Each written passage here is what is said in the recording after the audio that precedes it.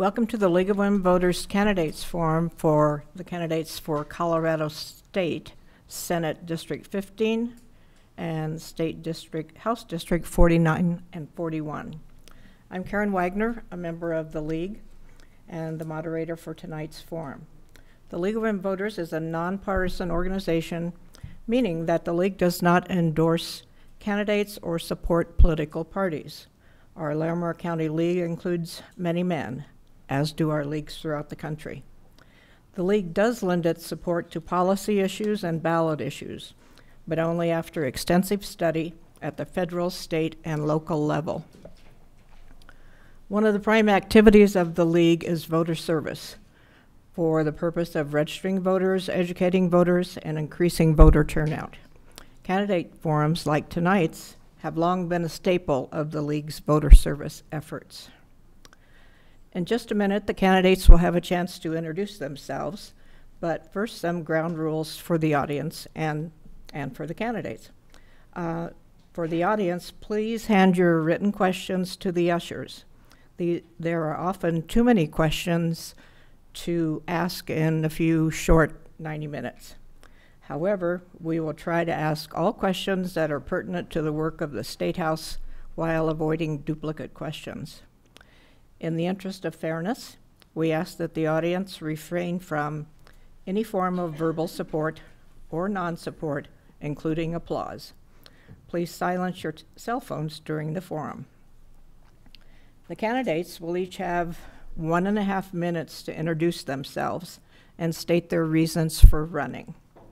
During the Q&A portion of the forum, both candidate answers and conclusions will be limited to 1 minute.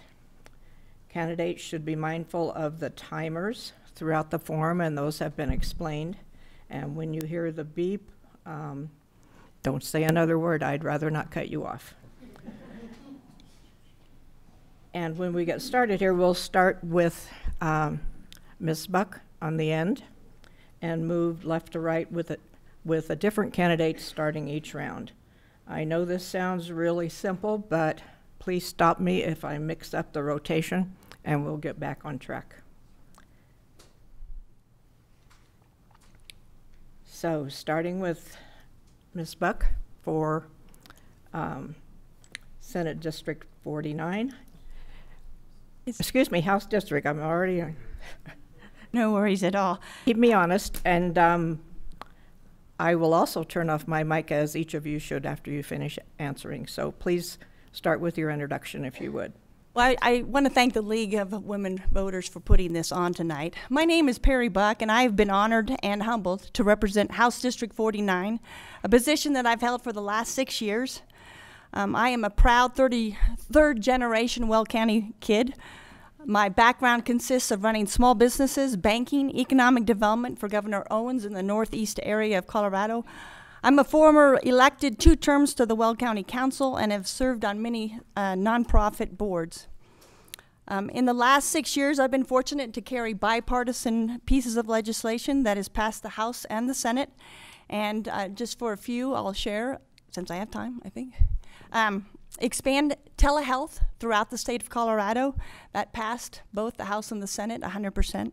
Direct primary care, innovative way for doctors to go outside of insurance to take care of patients.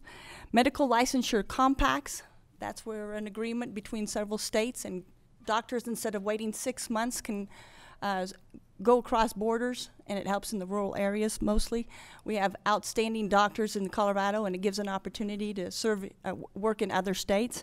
And I've also passed a bill that provides opportunities for small communities in the rural areas to have their own volunteer fire department. This is just a sample of what I have been able to get done in the legislature. I believe the role of government is education and transportation, and I'm honored, if re-elected, that I will support both those areas. Thank you.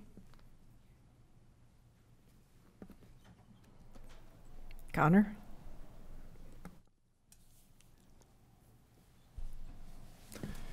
Good evening. My name is Conor Duffy, and I'm running for House District 49. Do we have, I talked to a few people. How many people do we have here from House District 49? Oh, that's a very good showing. Usually, as I was saying earlier, House District 49 is a very rural district, so it's hard to get people to come to events. So I appreciate you coming here this evening. House District 49, to visualize it, I always use the analogy of it looks like a donut.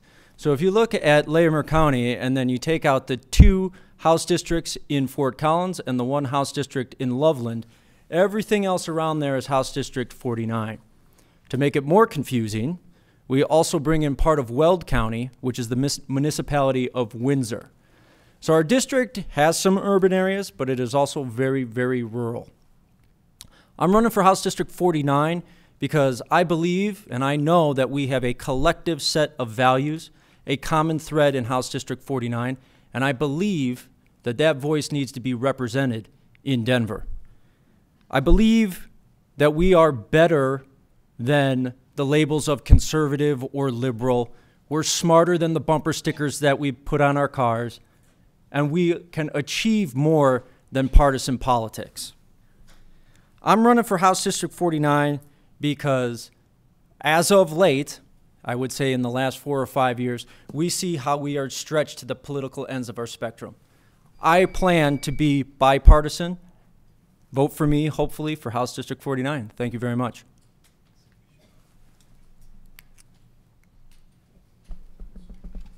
Well, thank you very much. My name is Hugh McKean, and I am the state representative for House District 51.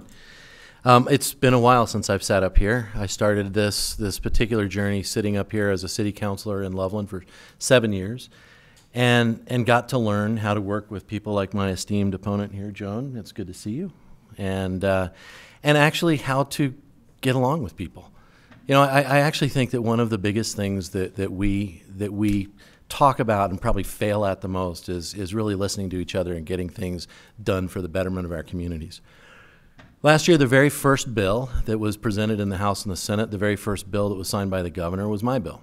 And it was a bill that was one of these medical licensure compacts. It was the nurse licensure compact. And without that bill and without it getting passed in 9 days, 86,000 nurses in this state would have been without employment, and you would have been without their care. That's good government. That's taking care of something that needs to be done and doing it quickly and doing it in a bipartisan way because it's for the betterment of all of us.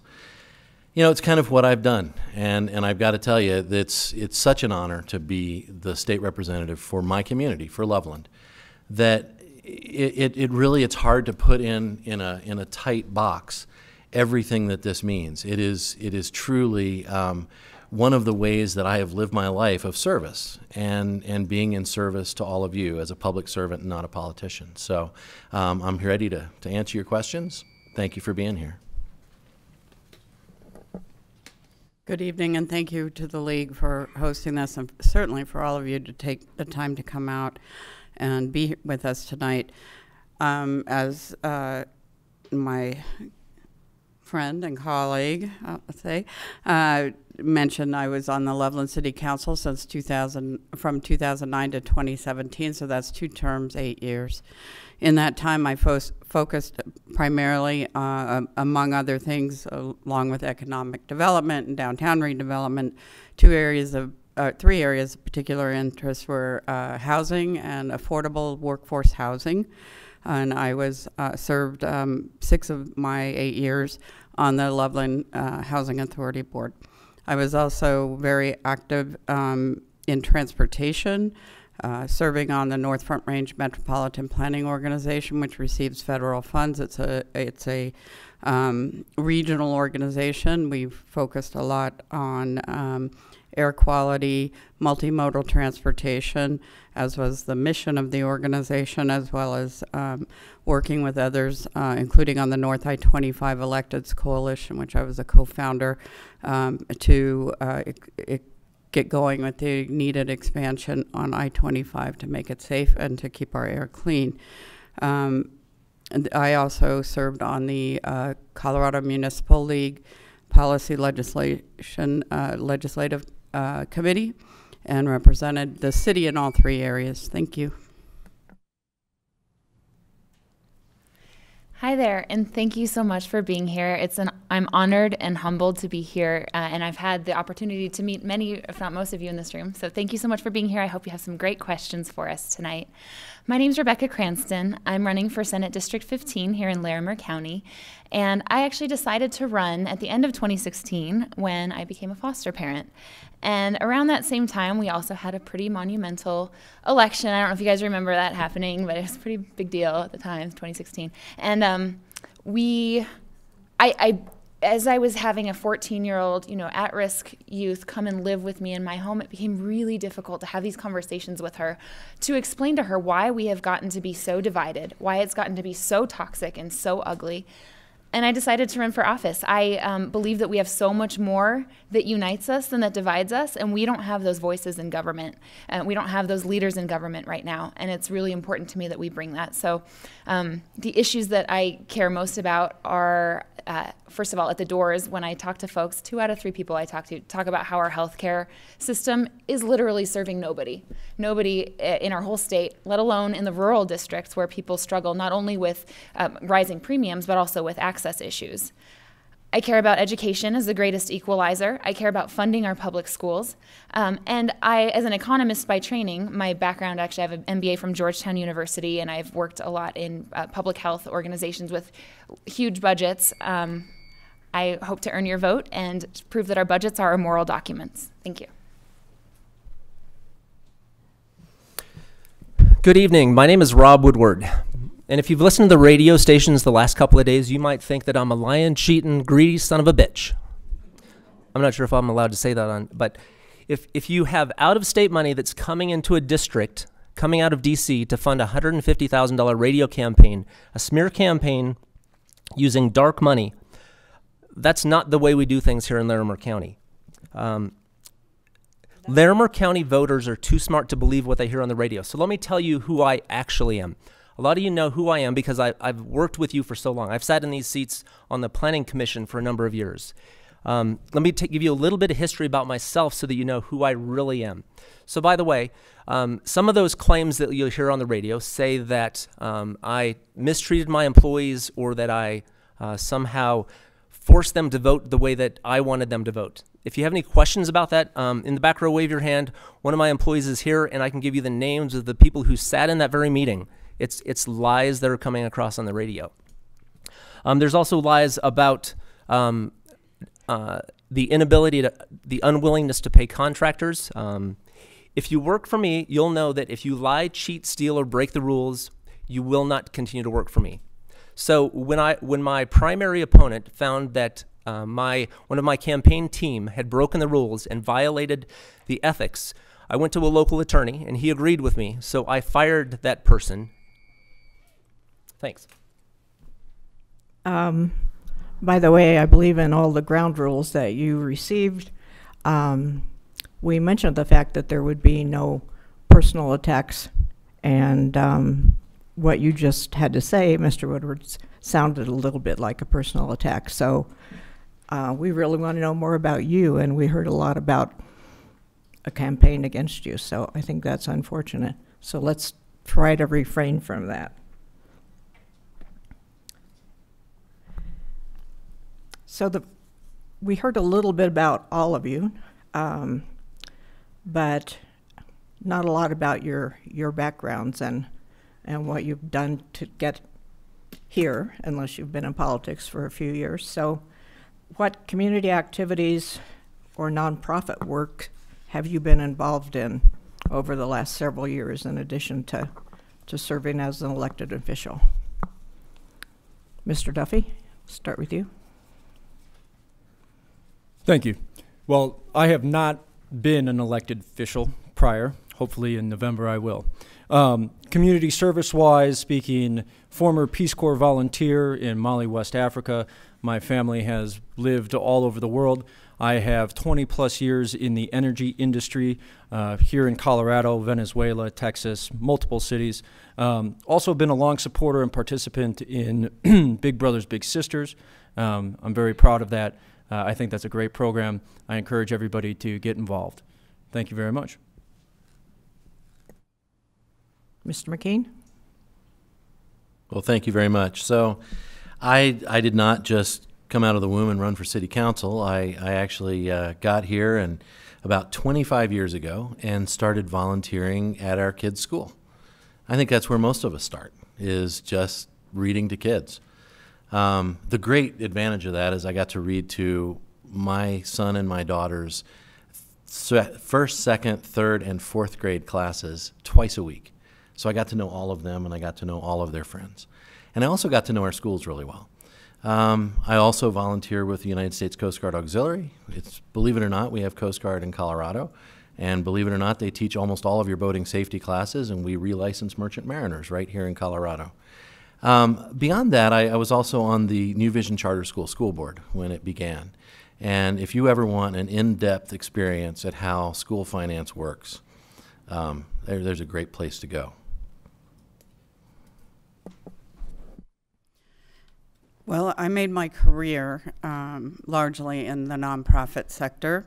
I was a finance and business manager. I worked for a myriad of organizations across the country, from arts and cultural organization, which is my first dabble in my career, to working for 2 major universities.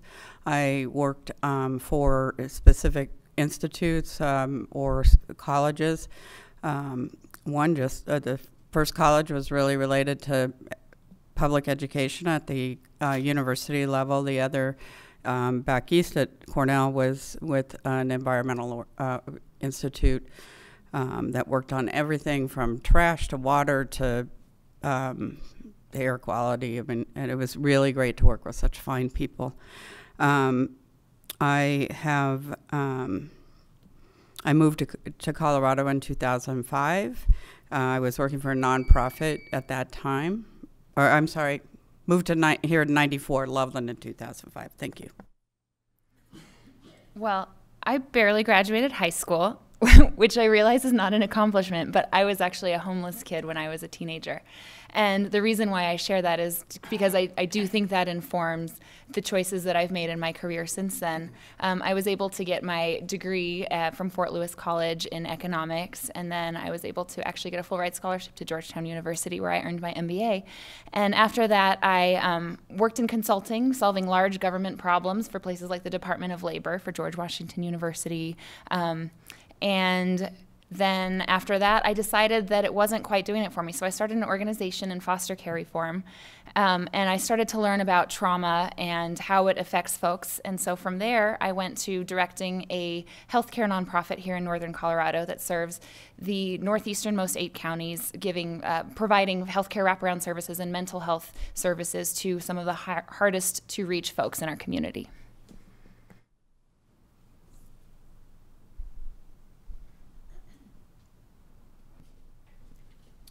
Okay, my list is long, so I'm going to try to get through this in 60 seconds. So having lived here for 30 years, I've done everything under the sun as far as community activities. I probably coached your kids and grandkids in soccer, went to church with many of you, started a new church, serve on that church board, where we also do all kinds of things, whether it's Serve Day or helping Habitat for Humanity.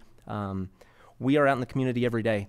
Looking as a community, our community has been defined by a number of disasters that have happened. So whether it's the fires that took place a few years back, Bobcat Ridge and others, the Spring Creek floods, the flood that flew through here in 2013, I had my boots on and I was shoveling out houses along with a bunch of the rest of you guys, just trying to keep that flood under control. I've worked and spoke in almost every high school in this district. My wife volunteers at Winona School and has for the last number of years. We volunteer with Habitat, Matthews House 137. I serve on the Thompson School District Family and Consumer Sciences Board. Yesterday I was speaking at an AP government class, and my time is up. Thank you. One thing I neglected to mention is that... Forgot Representative Buck. Oh, yes, we have. That's the first thing I neglected. I am sorry, and then I'll do my promo. Thank you. And don't forget your microphone on. So I believe we're a product of our probably in our our heritage. My great-greats came in from Sweden, Colorado, or Sweden, and came into Eaton, Colorado. And my parents taught me through example public service. And so my father served as county commissioner in Weld County. My mother was on the school board for 8 years. My father then served in the legislature. So public service, my mother would say, is tattooed on my scalp. I was a former representative, business development for Northeast Colorado for Governor Owens. That's 14 counties in the Northeast. Like I said, I was a banker. Life insurance, I am a small business owner. It's difficult in this job to be an event planner, but that's what my business, Northern Colorado Event Planning. My elected positions, like I said, I served 2 terms as elected Weld County Council at Large, which is a volunteer position, but you are elected. Okay.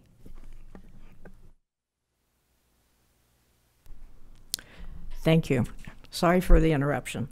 But what I wanted to mention and neglected to mention is that if any individual or any campaign is recording tonight's session, that you will have the League of Women Voters to deal with. So please refrain from doing that.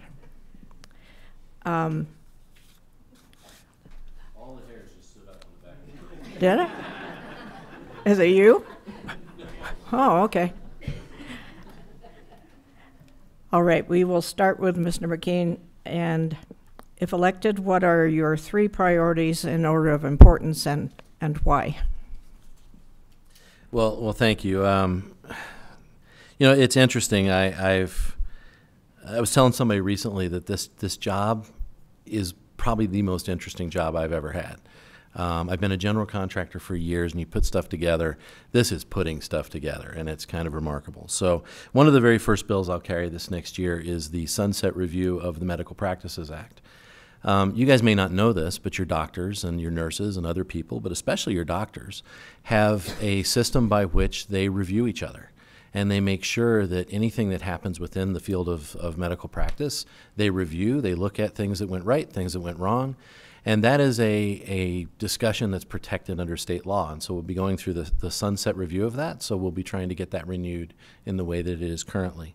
One of the other pieces of legislation is just kind of something that's been bumbling around since last year. And it was what to do about service animals and what to do about companion animals. This is a federal issue. There you go. Well, as I mentioned before, affordable housing, workforce housing is top of my list.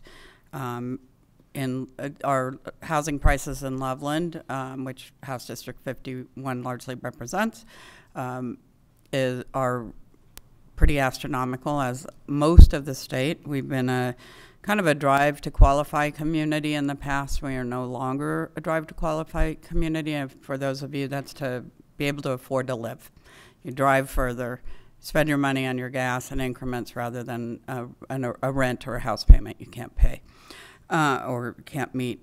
We no longer have that region here. It is largely not cost effective for our teachers, our first responders, small business folks, as well as a lot of the middle management workers to really afford to live here and raise a family, and that's something I want to work on. Thank you. Well, the first thing that I'm going to address is actually something that my opponent addressed earlier, which is actually dark money in politics, which I agree is crushing what we do. The negativity in our campaigning that does not come actually from any person up here's campaign. It comes from these dark money groups, and they're outspending whatever we'll raise by a factor of 10 in some cases, and that needs to be fixed so that we could get rid of some of this negativity and toxicity in this whole process. Secondly, I would say healthcare. Again, that's one of my huge priorities, and every single person in this room is affected by it. And a lot of really good bills died in the Senate last year, especially ones relating to transparency that would really help us to put a cap on some of these outrageous costs that are happening. That would be my second priority. And my third would be to look at the nexus of housing and education, because teachers cannot afford to live in the districts in which they teach. And we are not keeping pace with the salaries that we're paying teachers. So we need to find a way to make sure that teachers can afford long-term solutions to live in our communities and keep improving our education system.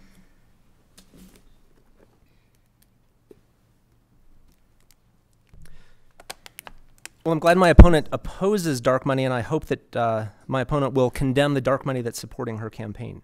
As far as priorities, the biggest priorities when I talk to people, when I knock on doors, is transportation, the rising cost of healthcare, the rising cost of housing, and I guess I'll go number 4 for education. So one of the things that's missing at the state legislature is prioritization. So if you run a business, if you have a family, if you run your own personal budget, you'll understand that your earnings are limited, so you have to make choices about where to spend money. So transportation being one of the biggest problems in our state, our general fund has not spent any money until this year. For the last decade, we've put no money out of our general fund to fix transportation. So since 1991, our population has swollen by 53%, but the number of road miles has only increased by 2%.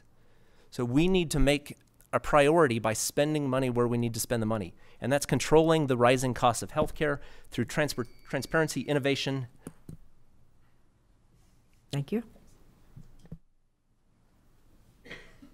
So I don't have any bills that I'm looking at, but I'd like to think what I can bring to the job is that I'm a good listener. I encourage and I would say beg for my district to stay in touch with me. Being in that capital is kind of lonely. So I encourage that when I come home, the only person I make proud are the people in my district. The other issue that I think needs to be looked at is mental health. I think we have a concern. I sit on the opioid interim committee, and we have, I heard last night, if we didn't give one opiate, we would still have a 7-year crisis ahead of us. And I also believe in transportation. I carried that bill that you see on the ballot, 109, and I think we'll look and see how that all comes down after the election. Thank you.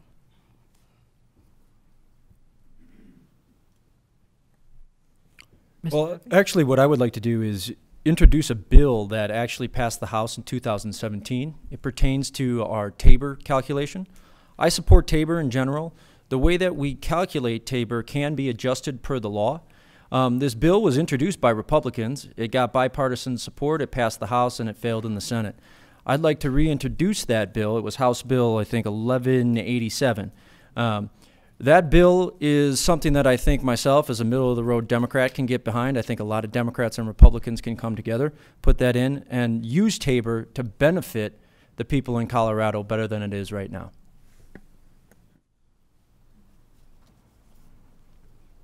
Okay.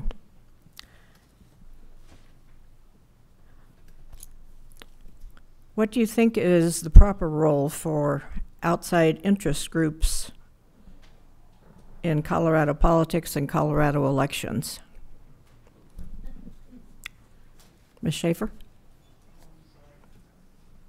Forgot the order here. Well, as someone who was a lead campaign person for just the local campaign finance limits that we placed in 2007, which passed by 67% of our voters, I strongly support that we have open, transparent plans for or ways to articulate who's funding who. I am certainly no fan of dark money. I think our funds should come from individuals. That specific campaign finance said no corporations, and ultimately we tried to pass removing even LLCs, so I wouldn't be able to give money twice in my small business and as a voter. So I really think that the best thing that we can do as people who want to serve the public is to serve the public, to work with the public, and get our funds there. As a first-time candidate, I have had to learn a lot about campaign finance, and So I will answer this question for outside interest groups as it relates to statewide races and financing. So essentially, what we can raise, everybody up here, is $400 from individuals, $400 from any PACs. So it's really not that much when you think of thousands and thousands and thousands of dollars that are poured into races. And then there's some other rules about certain small donor committees, but that's still only $50 at a time per donor. And we have to report everything that we spend, right? Every $20 I spend on an advertisement, we can all see in the database. The problem is that there's a bunch of billionaires that run these other groups that don't have that same level of accountability. And that's a big problem. That brings this division, this toxicity, this ugliness, which I absolutely do condemn. I haven't heard actually the radio ad that we've been talking about tonight, but I do condemn any negativity that's coming on my behalf. And it's a big problem because they have a bigger platform than any of us up here do. It's a huge problem, and I would like to change that by bringing more accountability to this process on that side.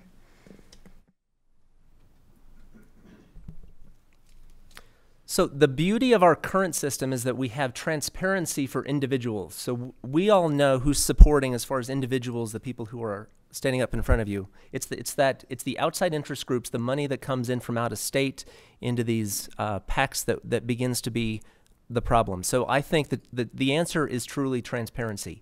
Anything that we can do to know where the money comes from sure helps a lot, so that you'll know that if a candidate is supporting or not supporting a certain ad campaign, there's a way to trace that. But right now, you can hide where that money comes from. So to me, the answer is transparency. I would say ditto. I guess I'm not a big candidate to have any big monies come behind me that's dark, and so I cannot. I cannot speak for myself, but I have to tell you, I think it's absolutely polarizes everybody in what nastiness that they can bring, and it is painful to watch and listen to, and I don't respect anybody that does do it, and so transparency, don't do it, and hopefully voters know enough. If it sounds that nasty and that terrible, it must not be true. It just must not be true.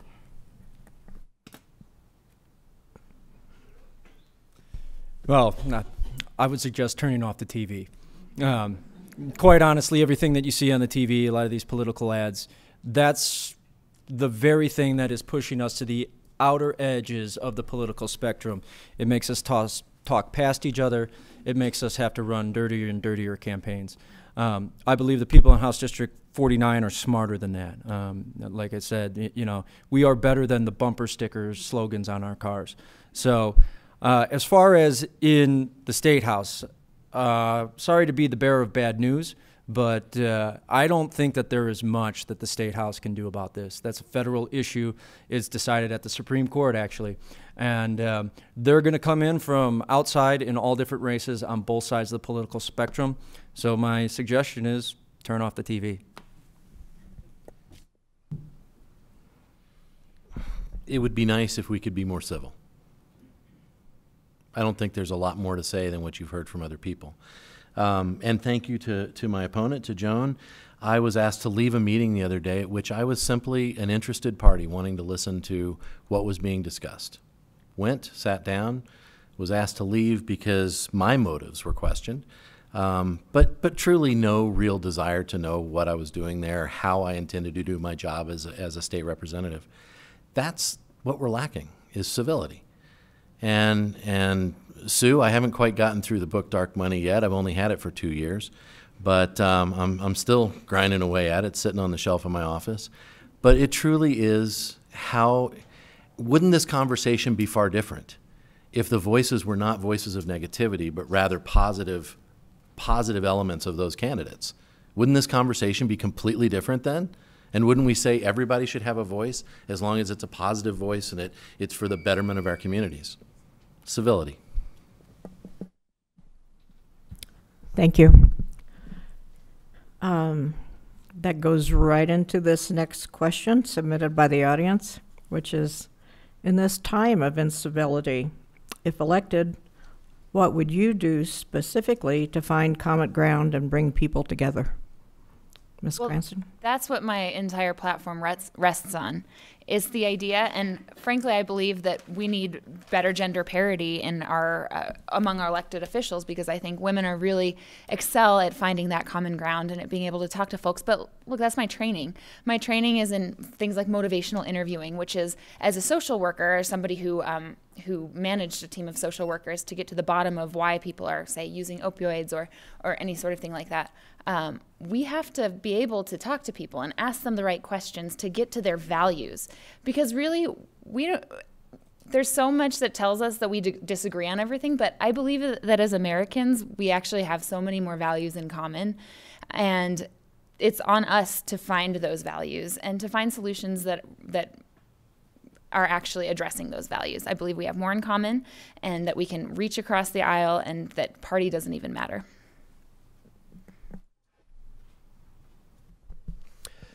So I think it's easy to be able to stand up here or make ads. The in thing to say if you're running an ad right now is to say you're bipartisan, and I think that a platform and a campaign message can be anything you want it to be. I think you need to look at people's history and how they actually do business. So I'll tell you how I do business and how I expect to do business at the state legislature.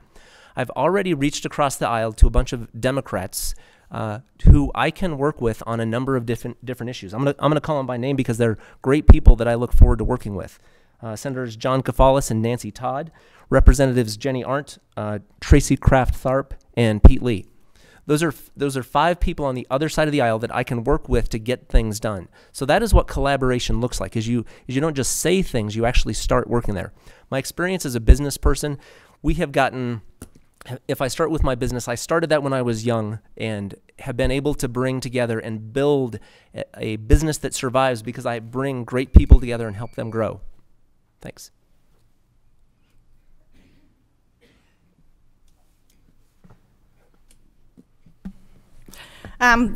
Well, I serve in the minority. And when you serve in the minority, if you don't work with others, you will fail. And I absolutely enjoy the friendships and the bonds that I have been able to build down in the legislature with, I think it's Joan that I've run several pieces of legislation with, as well as John Kafalis. And folks, I think the best I can do is be that example. I think the Bible tells me that love is the answer to everything. And so I address all people with kindness and a loving concern for each other. And if someone's not doing the same thing to me, it's easy to just basically walk away. But I feel very, very fortunate and blessed to be raised in a family with so much love, and I have so much to give. And so I think it's to be an example of love and kindness, and that's where I start with civility as myself.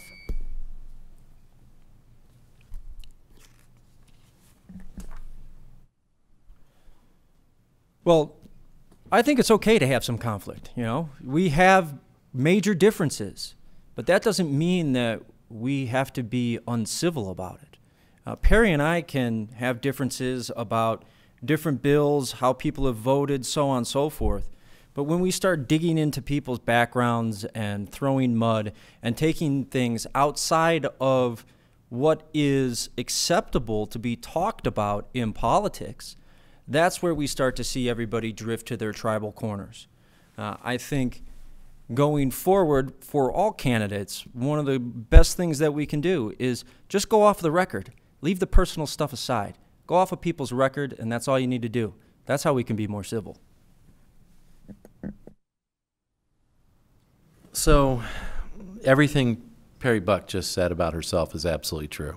She is one of the nicest, most genuine, most kind people you will ever meet. And so what's kind of good about that, right, is that engenders those same kind of responses from the other side of the aisle. She's right, we work in the minority. I cannot count the days that people come across the aisle to ask me to co-sponsor a bill. And sometimes I have to tell them not just no, but hell no, because it's a really bad idea.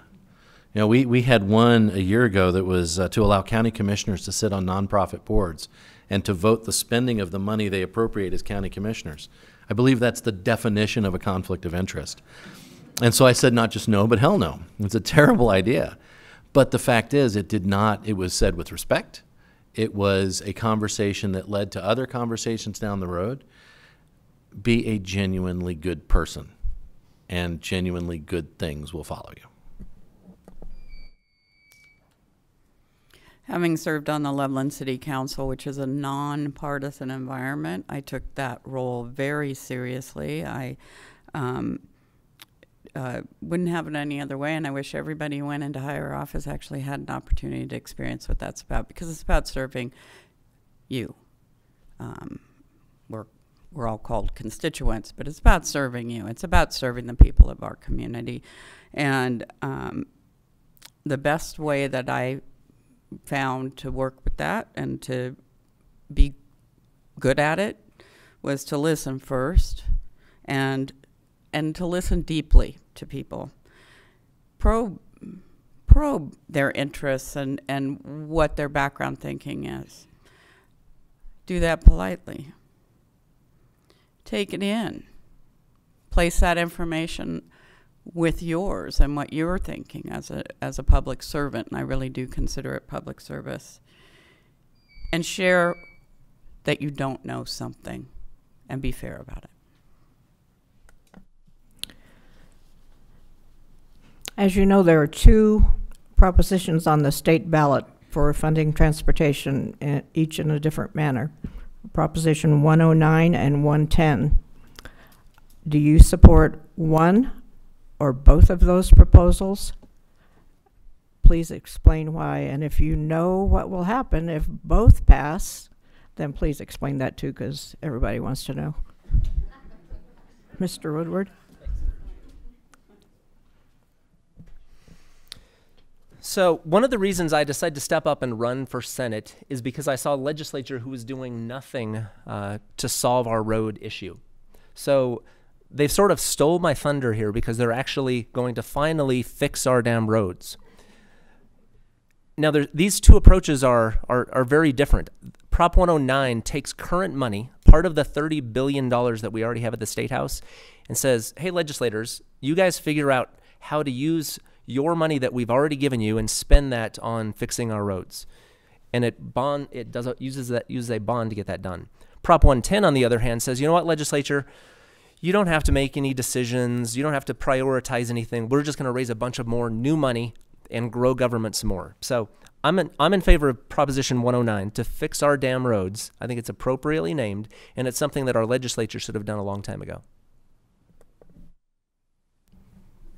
I want to thank Rob for going over that 109, because it is absolutely true. I remember the Proposition 109 was a bill that I carried with Representative Brian Del Grosso, who was our wonderful minority leader, and we failed, again, being in the minority. I carried that bill again with my colleague Terry Carver down from Colorado Springs. It failed again, and I tried to carry it again. And so I'm just telling you, my support, my enthusiasm, my absolutely 109 is the best way to fund our transportation, because it does put priorities of the general fund towards transportation. This little graph that you're probably I'm not supposed to probably use, shows how we have flatlined transportation for years. We have kicked it down the can.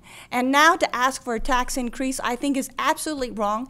Government needs to prioritize and tell the people, we will do our jobs.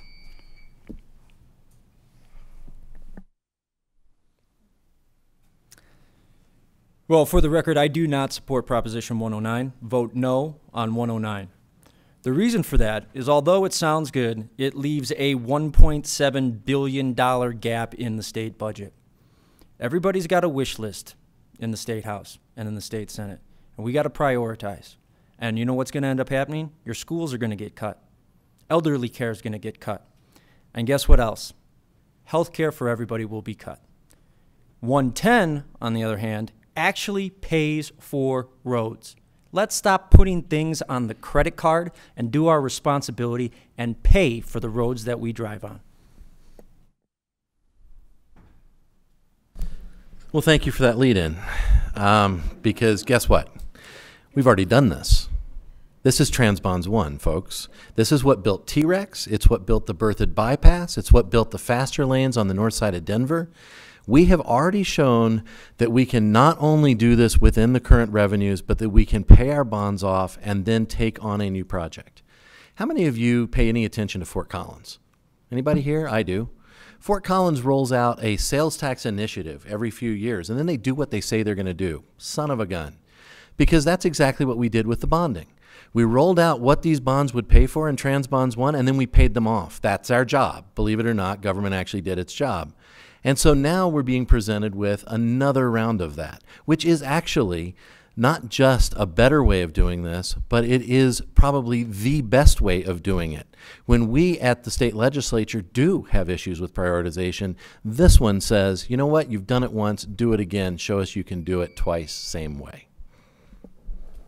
Well, again, thank you for the lead, and I actually support 110. In the 8 years of work that I did on the transportation, in transportation, it isn't about just paving our roads. 110 does provide money for multimodal transportation, which is desperately needed in our region because we cannot pave our way out. I fully support the expansion of I-25, but it's not all that we need by 2035, and that's we've already paid $22 million to figure that out with the North Environmental Impact Study. I don't want to pit monies against other activities, transportation against other activities that the state needs to take care of, and those have been mentioned.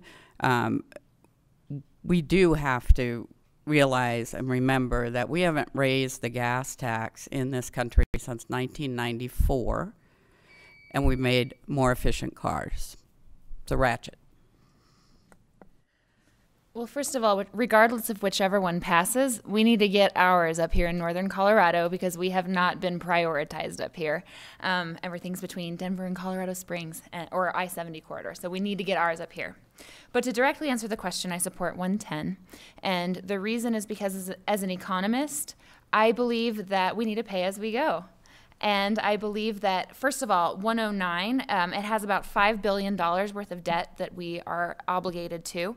And over time, only about $3.2 billion of that will actually go to our roads. The rest goes to interest. So it's actually a kickback to, who else? Banks and folks like that. I believe that if we're going to be going into debt to solve our problems, there might be a time and a place for that. But I don't think that 3.2 out of $5 billion is a very good return for what we're actually spending.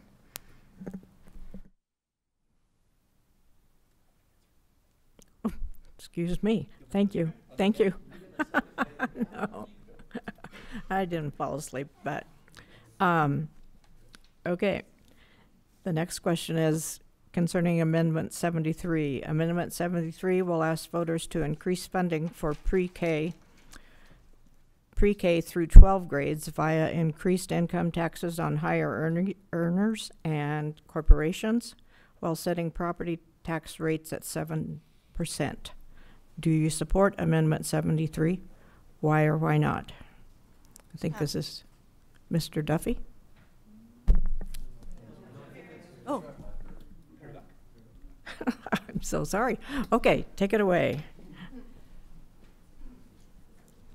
No, I do not support that. Right now, we spend 65% from the state, mostly from general funds, 35% from local communities, and mostly property taxes. But the total spending has risen from $3.5 billion in 2010 to 11 to $5.5 billion in 2017 and 2018, and that's a 57% increase and a 32% increase taking inflation and population growth into account. So current plans for education funding is definitely adequate. We just need to stop using our education as social laboratories and funding on educating our children in core subjects and not these ancillary programs and where the monies is not going to the teachers. Thank you.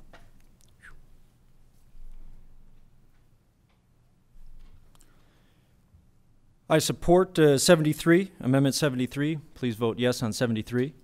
The reason for this is because although we do allocate a good portion of money to education in Colorado, we don't allocate enough. We have teachers within House District 49 whose starting salary is below $30,000. That is unsustainable. Teachers leave in the middle of the school year. It disrupts classes. People move out of state. Teachers that we've trained, teachers that we've educated at Colorado State and UC Boulder, UC Denver, they leave because they can get better pay other places because our government isn't taking care of them. We can do this with 73. Second thing is, the tax increase in 73 is not that draconian. It's not that much more money. Let's fund it for once. Let's invest in our future. Vote yes on 73. So if everybody shifted to the side where their wallet is, I can understand that, because anytime somebody says it's not that much more money, you will find that the challenge is that it's always a little more money and a little more money here. I don't support 73. I, however, do support the Thompson school mill and bond issue. You know why? Because it's local money spent here. We have, I was up at Vitavue, and you guys know where Vitavue is, up in Wyoming, and I'm hiking around, and I talked to a family from New Jersey. And they were talking about looking at houses here and how low the property taxes were, because they're used to $16,000 a year in New Jersey. Do you know why? Because they do things so differently in other parts of the country. They fund education in a very different way. In Colorado, it may be complicated, but it does tend to work. We fund from the state and from the local level. And I think that that is an incredibly important thing to remember, that when we are looking at ballot issues that will affect the entire state, what we're really trying to do is affect things at the local school board level. $600 million extra got put into education last year.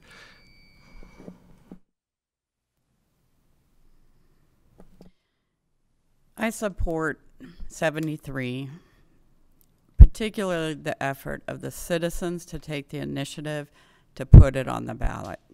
That takes an incredible amount of work and courage to do that. I'm of mixed minds about changes that occur through ballot initiative or amendments to the Constitution. I think Colorado's Constitution is fairly complex and difficult, and some would advocate for a constitutional convention to straighten out some of the crossroads that occur there. But education and public education are very important to me, and I'm will be very curious to see what the state voters decide on this issue. Most importantly, I agree we need to pay our teachers, and we need to ensure that our children are well educated. Thank you. Although I think it's an imperfect solution, I do support this amendment. Well, first of all, because we're 42nd in funding for our schools in the United States, and that is shameful. And we need to prioritize our children and our future. And Tabor, it makes it, and while I actually support quite a bit of Tabor, Tabor makes it very difficult for us to do that. I appreciate Representative McKean bringing up the mill levy and bond, which I also support. I do have concerns having 3 education bills that each have a tax increase attached to them. I think that will make viability a little bit harder, and so I think it's a little bit sad that we might have to choose between some of these. I think overall it's sad that we have a system where local places like Thompson School District end up, if they don't pass mill levy and bond, which we haven't the last 2 times, end up having to be lower performers and have our teachers go to St. Vrain or Poudre School District because they can no longer afford, again, to live in the districts in which they teach. So I do have concerns about that. But overall, I believe that we need a solution to fund our schools, and this is a start. Hugh, I'm going to finish your point. We spent $600 million more and sent that money to schools, and I don't know of a teacher yet that has got a 10% raise this year. That's what they should have gotten. So for since 1992, we have increased per pupil funding, adjusted for inflation, by 15%. So we're giving them more money, and yet at the same time, teacher pay is down 11%. The money is not going into the classroom. Don't be hoodwinked by another promise to put money in the classroom. In the state of Colorado, student count is up 6%, teacher count is up 8%, but they're putting 35% more people into the administration. If you look locally at Poudre, they're not doing that. They're spending the money in the classroom like they should. But if you look at Thompson, students up 4%, teachers are only up 2%, and administration is up a whopping 61.5%. Although I support 5A and 5B because I think it's time to support our schools and they do need a little more money, this 5A and 5B gives me the local chance to support it because we can force the money to go into the classrooms.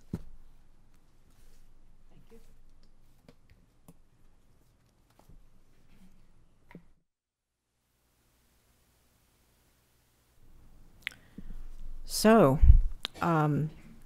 if Amendment 73 does not pass, and it is once again up to the legislature, what would be your approach to funding K through 12 and ensuring that rural districts also have adequate funding? Mr. Duffy? Well, as I mentioned before, tough choices are going to be made.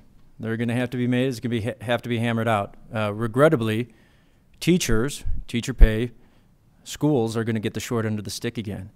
What we'll end up having to go back to is basically more localized ballot initiatives where it increases the mill levies. I think that's the only solution that we will do if we can't pass 73, and that's why I support 73. I think you hit the nail on the head asking about rural schools. So I work with the Colorado Youth Advisory Commission. It's one kid from every Senate district in the state. And one of their questions this last year was, how are we going to equalize funding across the state?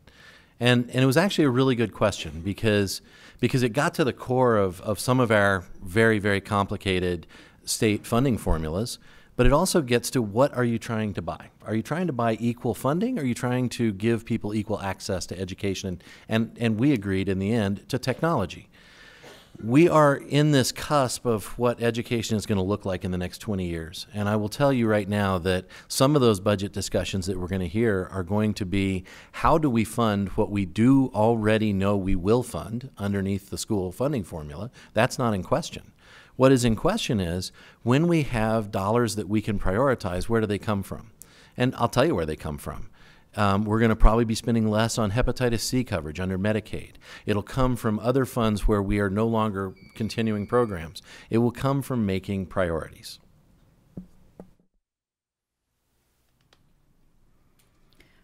Well, I'll start with, I support 5A and 5B. I think that is critical, and if I have my druthers, that's where my yes vote is going to really count. In prioritizing money, there are always lots of people with lots of different ideas of how we prioritize. I would say that beyond my passion for public education, I am probably, that is really probably one of my weakest areas of knowledge. As a council member, I can tell you in 8 years, if I'd spent the same amount of time on the subjects that I spent learning Cantonese or being on the school board, I would be fluent. And so it's an area that I will work in, and I will work with my colleagues throughout the legislature.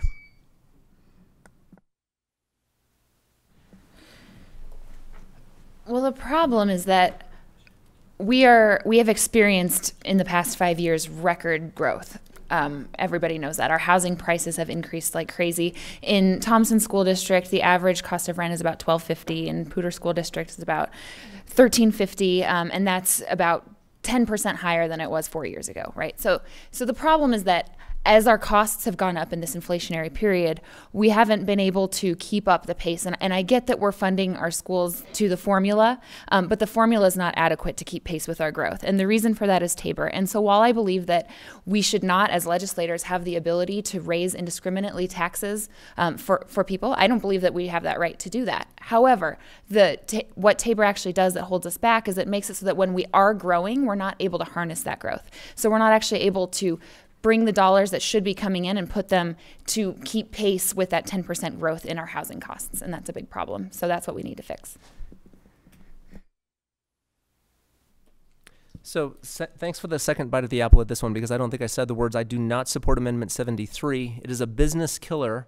They pretend that it only affects a few people. It's only attacks the rich. But if you look at the details, all of us, because there's no index to inflation, all of us will end up paying more and more taxes. So it's just more government growth that's locked into a constitution, so we can't change it.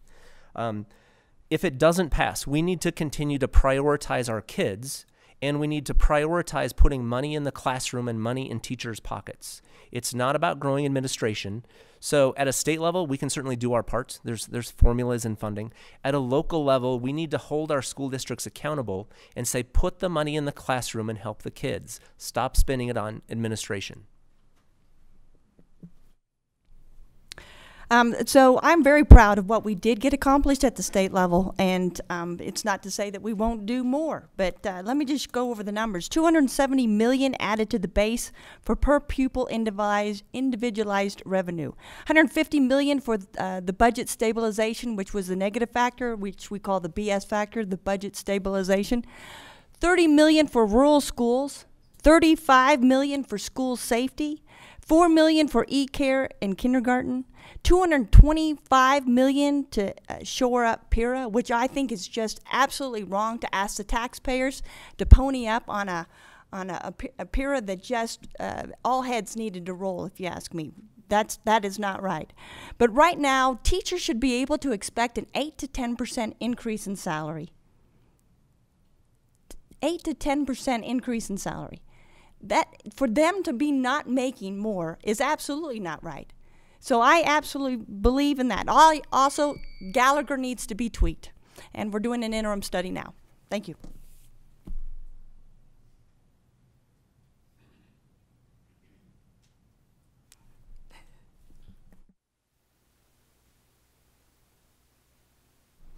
What steps, if any, should the legislature take to control rising health care costs for Colorado residents? You know, we should take a lot of steps. I don't know how many people in here understand kind of what happened a few years ago. We went from Medicaid eligibility going from 135% of average median income to 139%. And we expanded the rolls on Medicaid by 50%. So about $10 billion of your state's $30 billion budget goes toward Medicaid. We have a doctor here in town. His name is John Bender. He runs Miramont Family Medicine. He has one of the best models that I've seen for actually giving better health care and containing cost. And it's called direct primary care. And Representative Buck actually carried a bill to make sure that that was allowed. And what it really is he ends up being a doctor for people who literally pay him a subscription. They pay him a monthly fee and they can go see him as they wish. It gives better care because people don't have that cost associated with a visit. Those are the things, the kind of innovative things that we need to look at allowing in the legislature. First of all, I would say we can't lose what we've gained by having a robust healthcare system in Colorado. I'm a supporter of Medicare for all.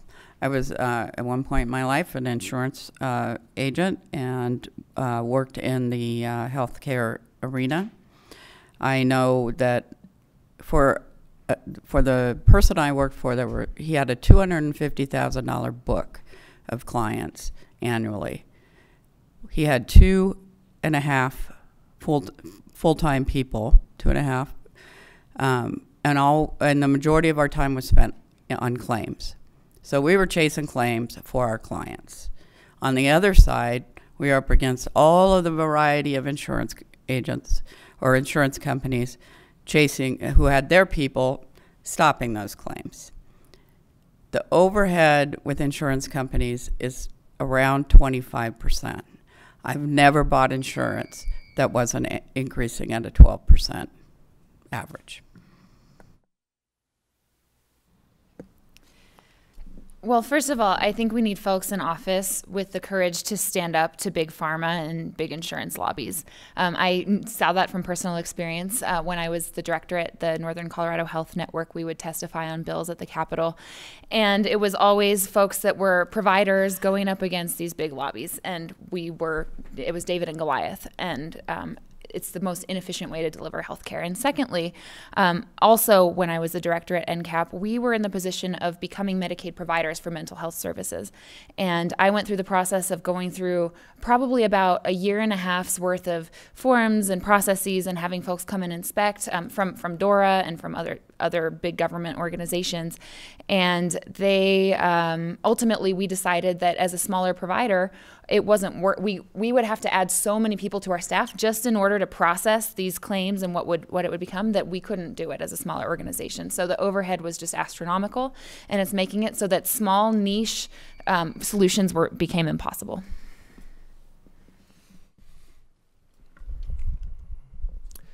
So growing up, my daughter's favorite show, Kate, can you wave your hand? People on TV can't see you. So Kate's back there. She just got back from cross country. Her favorite show was Little House on the Prairie. And if you watch Little House on the Prairie, Doc Baker, when Ma got sick or Dad or Pa had an accident, there was a relationship between a doctor and a patient. What we've introduced into medicine is we have insurance companies, we have government, we have, you name it, coming in between a patient and their doctor. That's breaking medicine, and that's what's making it more expensive. You don't need to have a master's degree in economics to understand that if you want prices to go down, you need to increase the supply. So if we have a way to increase the supply of doctors, we will see prices come down. So if you drive up demand using monopoly control, such as insurance companies use, you'll have higher prices. If you tax something, you'll get less of it. Mandating patient care with government mandates always leads to higher costs and eliminates that patient-doctor relationship. So I'm agreeing with my colleagues, Representative McKean and candidate Rob Woodward over there. I have to tell you, I would be so concerned if government was in control of your health care. They would decide who gets health care, when you get health care, and they could ration it. Where is the accountability? Where is the efficiency of government? So I'm in government, but it would scare me to death. So as I believe the opportunities are like the telehealth bill that I passed. That's an innovative way to help in healthcare. Direct primary care. I would encourage portable insurance, allow special health savings accounts for the chronically ill, allow special needs health insurance. So there's innovative ways. But the last thing you want, folks, is government telling you what health care you can and cannot have. Thank you.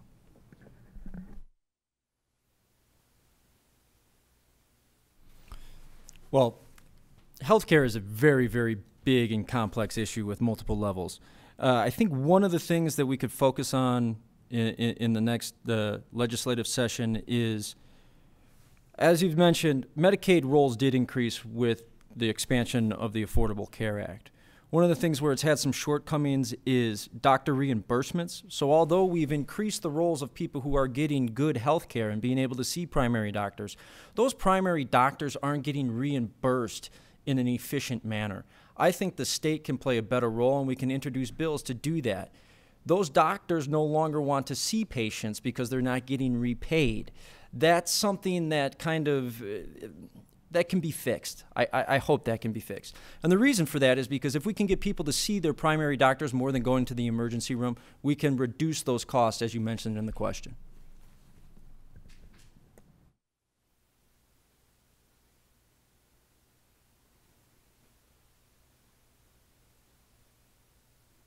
Okay.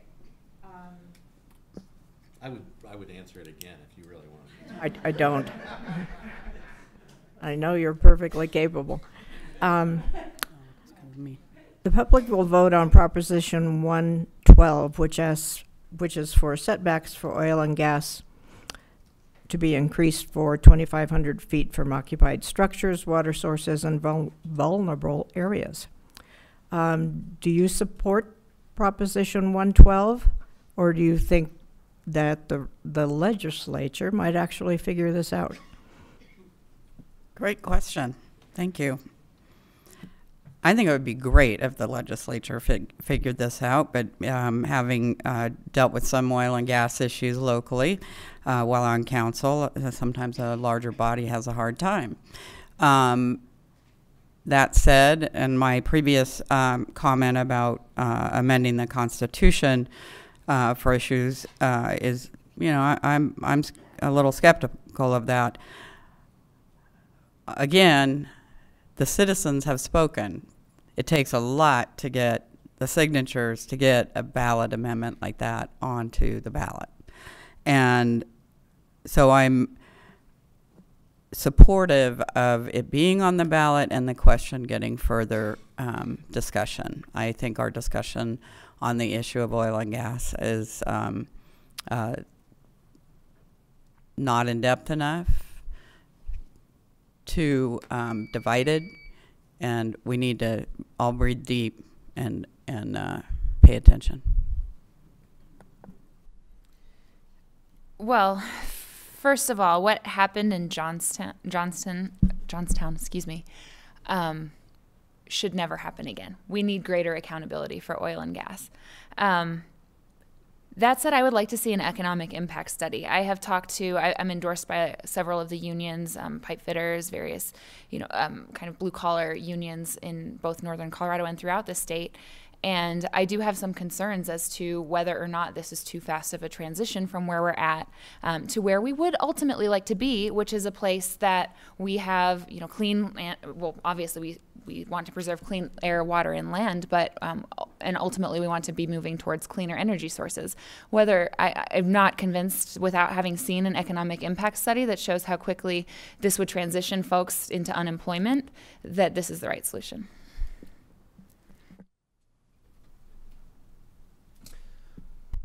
So an economic study, so I'll tell you what's going to happen. The day that we pass this, we're going to see our neighbors leaving this state in droves.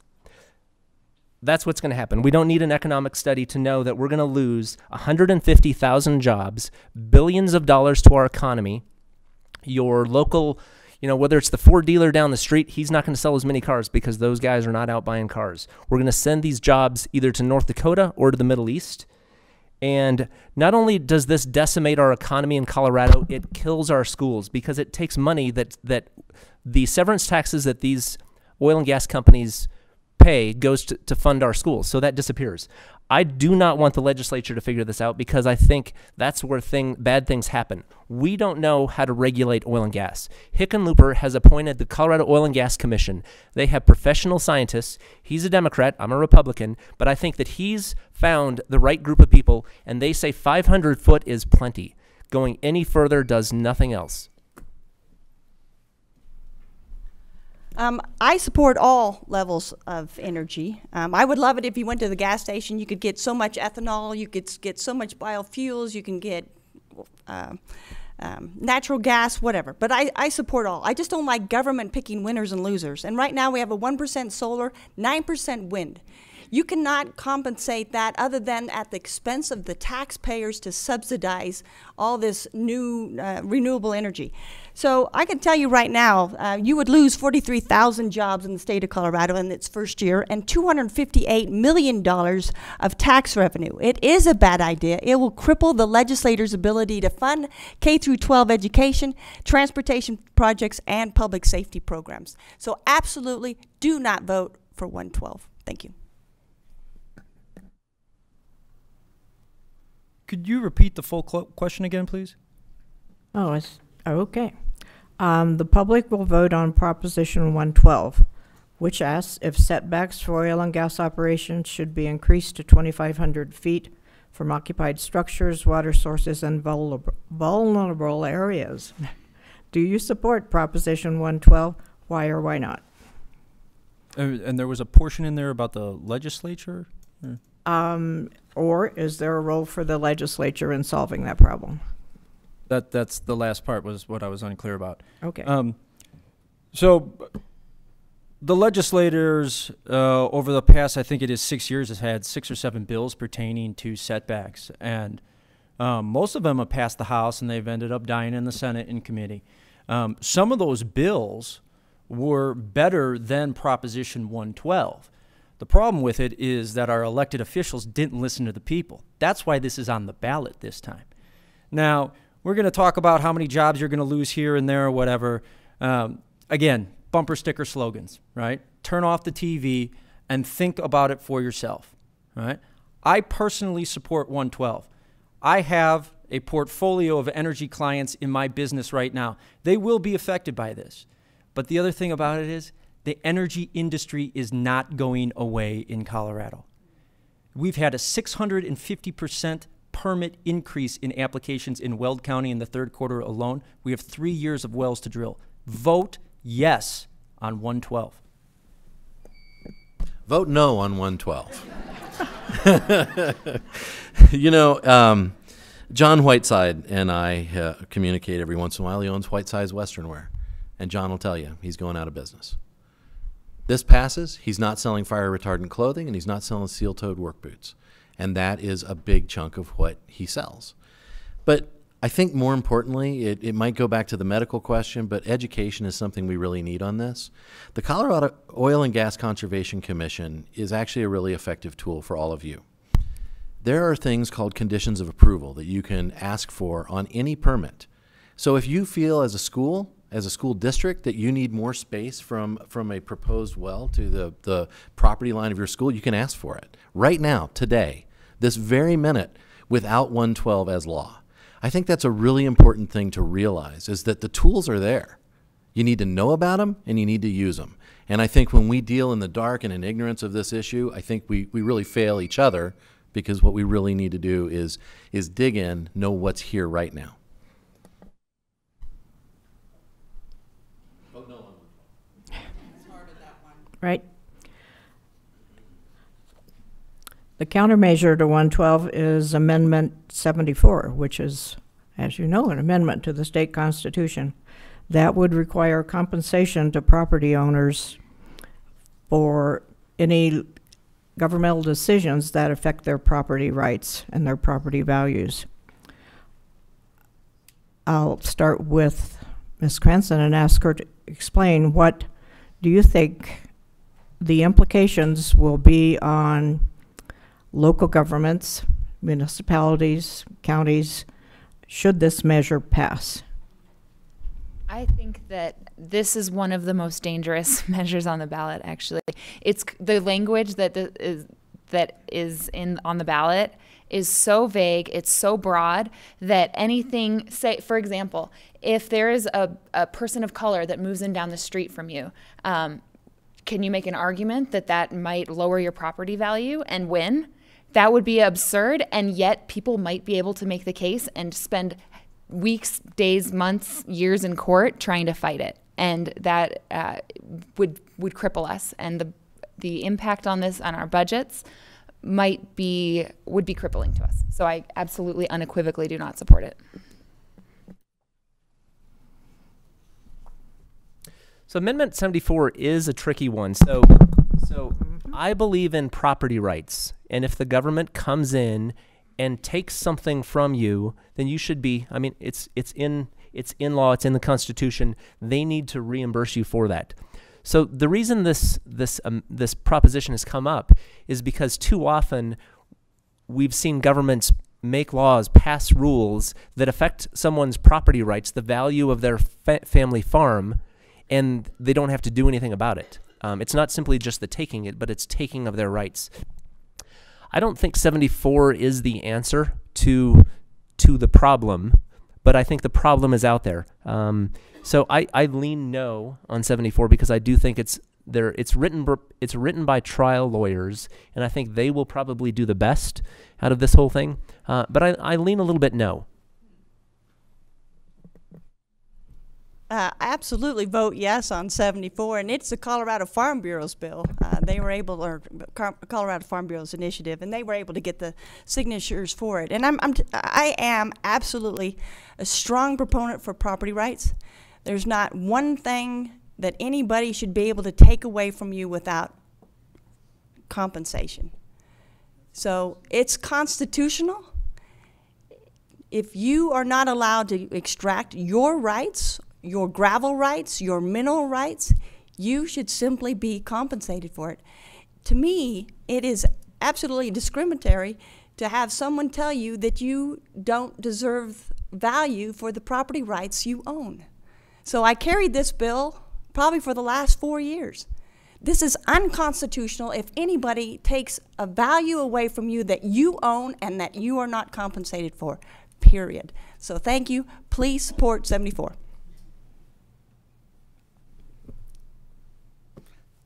Vote no on 74.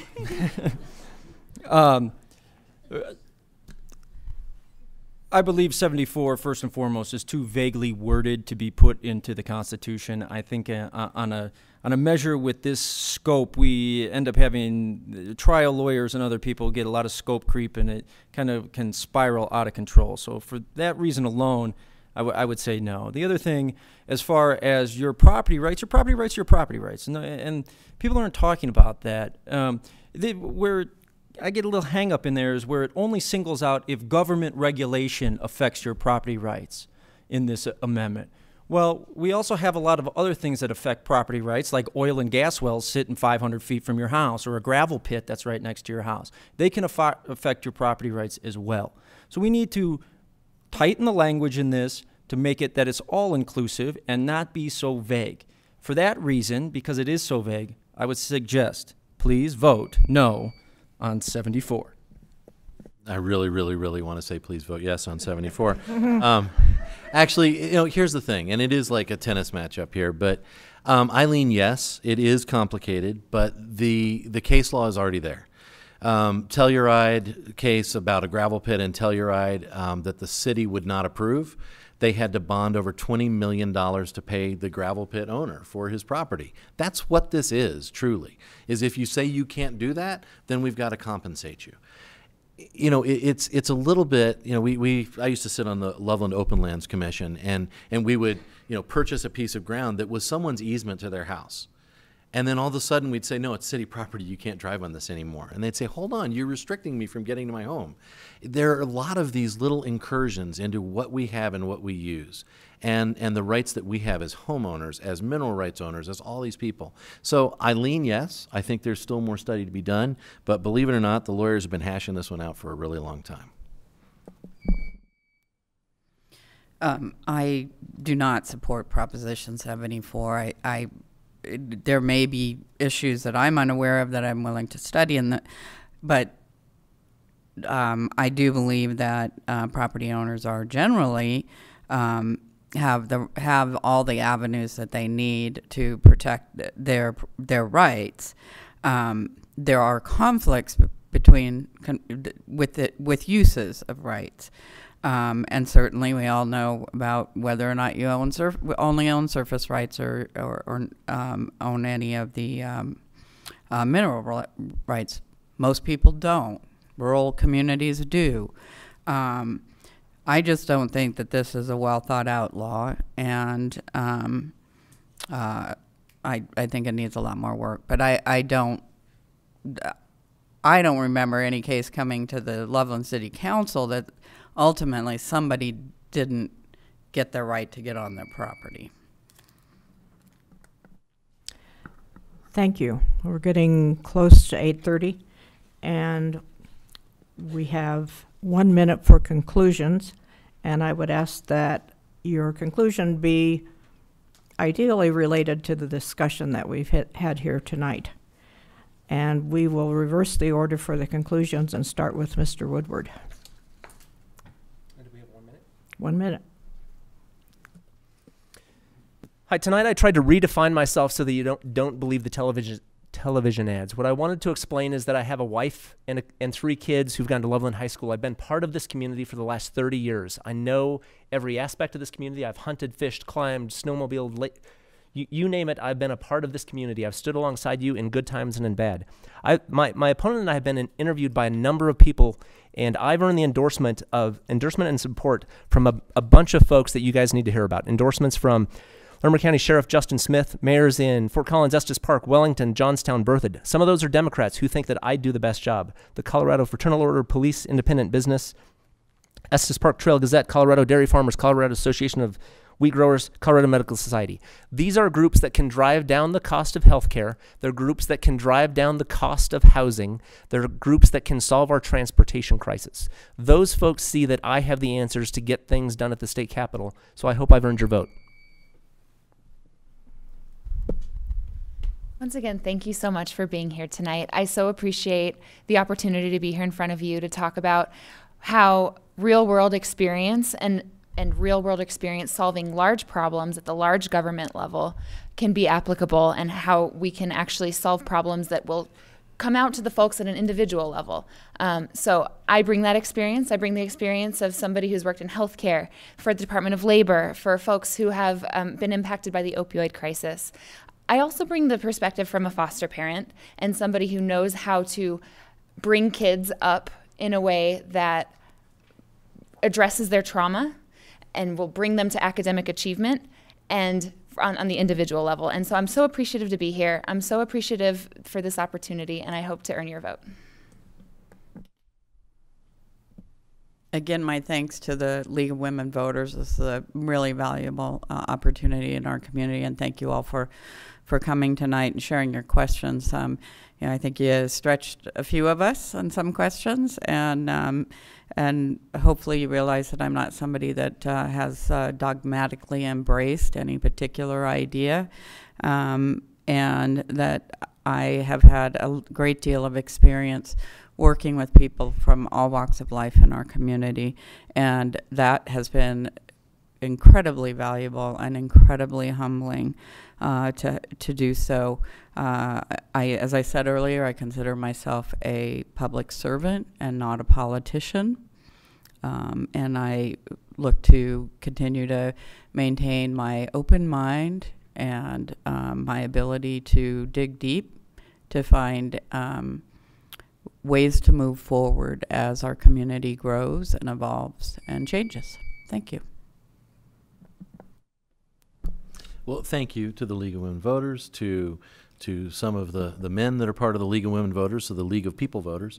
Joan, thank you for coming tonight and answering questions with me. I actually think this is what it's about. And when I said civility, I mean it.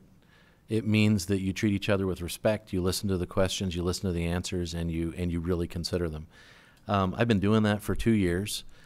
It is one of the most remarkable honors of my life, but it is also one of the hardest jobs I've ever had, and one of the most interesting. It's like putting a puzzle together every day.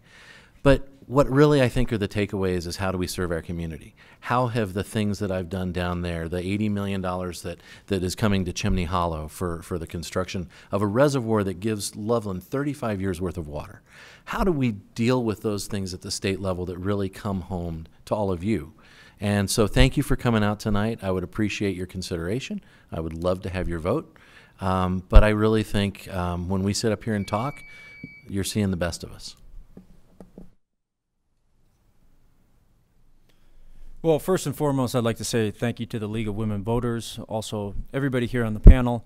As I mentioned earlier, you know, we do have big differences, but I think tonight is a very good example of how we can discuss these differences in a respectable and civil way. My name is Conor Duffy. I'm running for House District 49. Hopefully tonight you've heard some of the positions that I have. I would really like to ask you to do something, actually 3 things, to make this election successful for everybody, no matter what party you're in. Number 1, please come out and vote. Tell all your friends to vote. It's really, really important, especially in an off-cycle election. Number 2, everybody who sits on this panel here are what they call down-ballot candidates. All right, we're further down the ballot. Please fill out your whole ballot. And the last thing is, please vote early. That way we can have a successful election. My name is Conor Duffy. I'm running for House District 49. I humbly ask for your vote. Thank you. I also want to thank the League of Women Voters very much for putting this on. I think this is an incredible opportunity to give us a chance to share our differences and hopefully share them in the most amicable way we can. And but I think we all are friends. It's just where that level of government comes in and into your life. But I think I might be one of the oldest, and I didn't get a chance to say that I've also been on United Way, which you learn a lot on United Way. I was big brother, big sister for 13 years. I've served on the Chamber of Commerce, the Greeley Philharmonic. I'm a PEO sister. I've served on the board of Shaffer Enterprise. I've served on Habitat for Humanity Board, Senior Resource Services. I'm also a fellow Rotarian and a member of the Resurrection Fellowship Church. And I am a part of all the people that I believe that I've met. And when I go down there and I press a button, I want to think that I'm representing you and nobody else. And so I'd be honored to have your support. Perry Buck for House District 49. Thank you.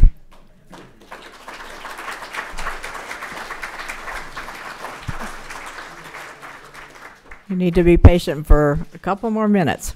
That concludes tonight's forum. We hope it has resulted in a better understanding of the candidates and their views. The League of Women Voters Vote 411 website is another opportunity for voters to check out candidate positions in races at all levels. Mail-in ballots will go out next week. Your vote counts. Please encourage your family and friends to vote the entire ballot. It's a long one with several complicated state and local ballot issues. Actually, the local are less complicated, all of which will impact the future of our state and our county. The League of Women Voters has published a ballot issue pamphlet on the state ballot issues, and there are some outside the door that you can take with you. These are very helpful in explaining the complicated ballot issues that we've discussed tonight. So please take an opportunity to take one of these with you. If you are unsure whether you are registered to vote, please contact the Larimer County Clerk's office, either online or by phone. All mail-in ballots must be received by the county clerk by 7 p.m. on Tuesday, November 6th. There are mail-in ballot locations throughout the county that will be open both prior to Election Day and on Election Day. So please check out the times and the locations if you intend to drop off your ballot. And if you are interested in campaign materials for any of the candidates who are here, we've asked the candidates to leave those in the lobby, so those will be available to you when you leave. And last of all, many thanks to tonight's candidates, and in particular to the City of Loveland for making tonight's forum possible. Thank you.